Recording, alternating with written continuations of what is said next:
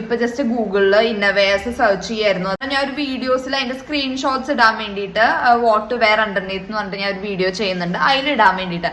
അപ്പോഴാണ് ഞാനൊരു കാര്യം റിയലൈസ് ചെയ്തത്. ഞാൻ നോക്കുമ്പോ എല്ലാം ഭയങ്കര ഫെയർ പീപ്പിളുടെ പിക്ചേഴ്സ് അതിലെല്ലാം കാണുന്നത്. അറ്റ്ലീസ്റ്റ് നമ്മുടെ ഇന്ത്യൻ സ്കിൻ ടോൺ ആയിട്ട് സിമിലർ ആയിട്ട് വരുന്ന ഏതെങ്കിലും ഒരു പേഴ്സൺ അതിൽ മോഡലായിട്ടുണ്ടോ ഞാൻ നോക്കിയപ്പോ നോ, ഒരു സൈറ്റിലും ഞാൻ കണ്ടില്ല. ഞാനപ്പോ ഇങ്ങനെ വിചാരിക്കാം, നമ്മുടെ ഇന്ത്യൻ പീപ്പിളിനാണ് അവർ സെല് ചെയ്യുന്നത് ലൈക്ക് ഈ പ്രോഡക്ട്സ്.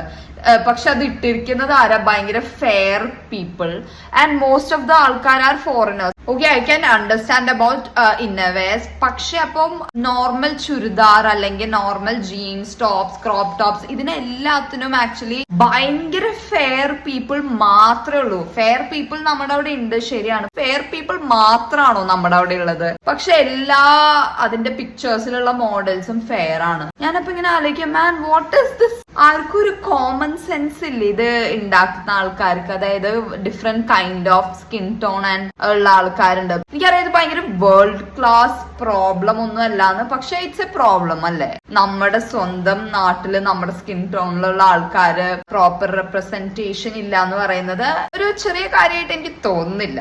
മൂവീസിനെ പറ്റി ഞാൻ പറയുന്ന പോലും ഇല്ല.